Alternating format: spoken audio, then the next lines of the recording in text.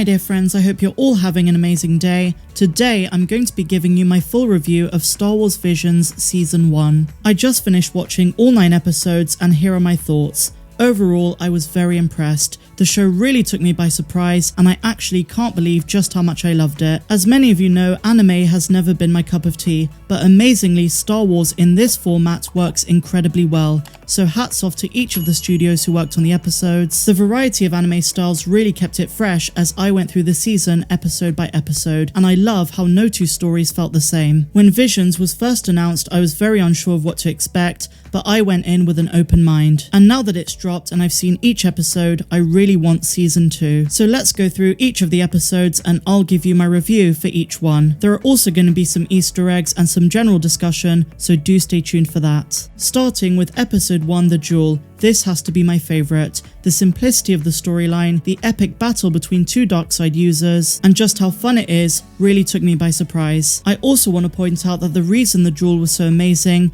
is because at its core it felt so true to George Lucas's Star Wars. The black and white vibe was very reminiscent of Kurosawa, who inspired George Lucas in the first place to make Star Wars A New Hope. And of course the storyline was a lovely twist on existing ideas, the tyranny in the rise of the Empire, the Inquisitors, and so on. The Sith woman with the most badass lightsaber you've ever seen really felt like an Inquisitor. And of course the big twist is that the hero of the story is also a dark side user. She calls him a traitor when she realizes that his blade is red, and then they have the most epic duel. The astromech droid was also badass, and so was the protocol droid. Just imagine if the original Death Star droid could work a blaster like that. Holy shit.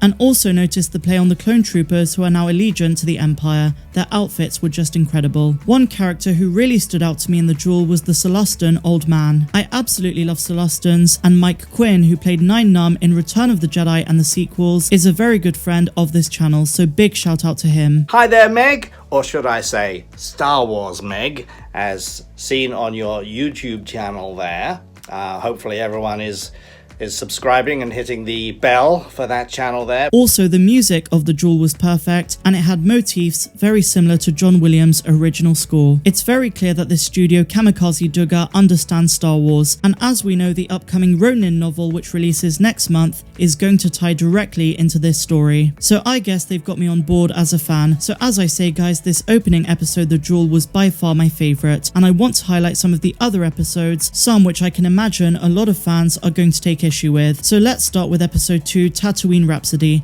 As I say, every episode is different, none of them are connected in any way, and the art style is different for each of them. This episode was anything but conventional for Star Wars. It took risks, spun a lot of classic themes on their head, and overall was not what I expected. This is the episode featuring Tamar Morrison as the voice of Boba Fett. We have Jabba the Hutt and Bib Fortuna, but the main plot centers around an aspiring young rock band who also have a Hutt bassist. Now when I say rock band, I literally mean a rock band, with a spin on your typical instruments that you'd find in a 4 or 5 piece. Now while it took me a while to warm up to this episode, I really fell in love with it. I know that none of these stories are canon, but I was surprised how well this kind of micro story functions in the universe we all love. We always see the bigger pictures of Star Wars with the Empire, the Rebellion, the Jedi, the Sith, but this episode showed us that there are other stories, smaller ones, which also matter. Something as simple and innocent as an aspiring rock band who have to save one of their members from trouble. Now when the band performs for Jabba the Hutt, it seems like they're playing at Mos Espa Circuit, which is a major callback to the Phantom Menace,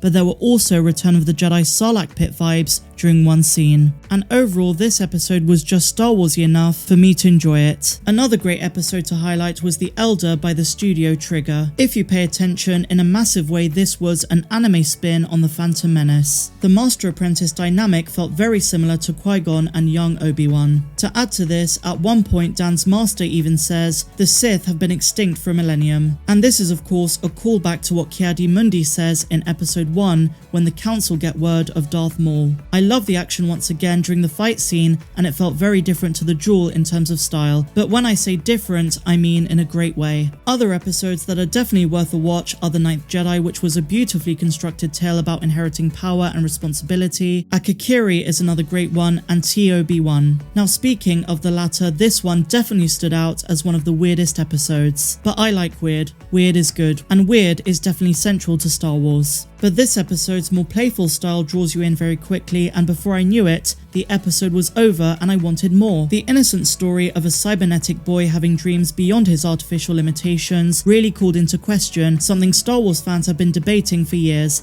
how sentient are droids? Now, while TOB1 might not be classed as a droid, it's definitely something that crossed my mind. As for the other episodes I haven't mentioned, they weren't my favourite. And while I didn't mind them, I kind of tolerated them. When it came to the episode The Twins, which has been highly anticipated for a long time, it had so much potential but didn't really hit the mark for me. I much prefer the ones I've highlighted. Visions certainly has a great humour to it, and on the whole, as I say, I really hope we get a season 2 very soon. It was so different, it was weirdly wonderful in some ways, and in other ways it was predictable but just the kind of Star Wars we love. There was so much attention to detail with species and droids, settings, backdrops, music, whatever you want to call it. The ambience just felt right. It was very Star Warsy and I appreciated every episode in different ways. So I'm going to give Star Wars Visions a solid 9 out of 10. I really truly loved it and I didn't expect to. I really thought I was going to hate most of them because I'm not an anime fan, but overall I absolutely adored every episode in different ways. I'm sure you're going to see a variety of opinions crop up over the next few days, and as I always say with all Star Wars projects and films, everyone's got a different opinion. You might really enjoy something which someone else hates, and vice versa, so it's going to be really interesting to see what people made of it on the whole, and I think that's going to dictate if we get a season 2. If it's a smashing success, which I think it might be, then we're definitely going to get more Star Wars anime going forward, but if it's not well received, then obviously we're not going to get much more. But from what I've seen in terms of Twitter and Reddit and other places where Star Wars fans congregate, there really is a variety of opinions. Some people don't know what to make of it, they enjoyed some of them but not all of them, and other people really despise it. Now, as someone who thought I'd really hate this show, I went in with an open mind, really giving every episode a chance, and look at me now, I absolutely loved it. But now, my dear friends, I want to hear what you guys think.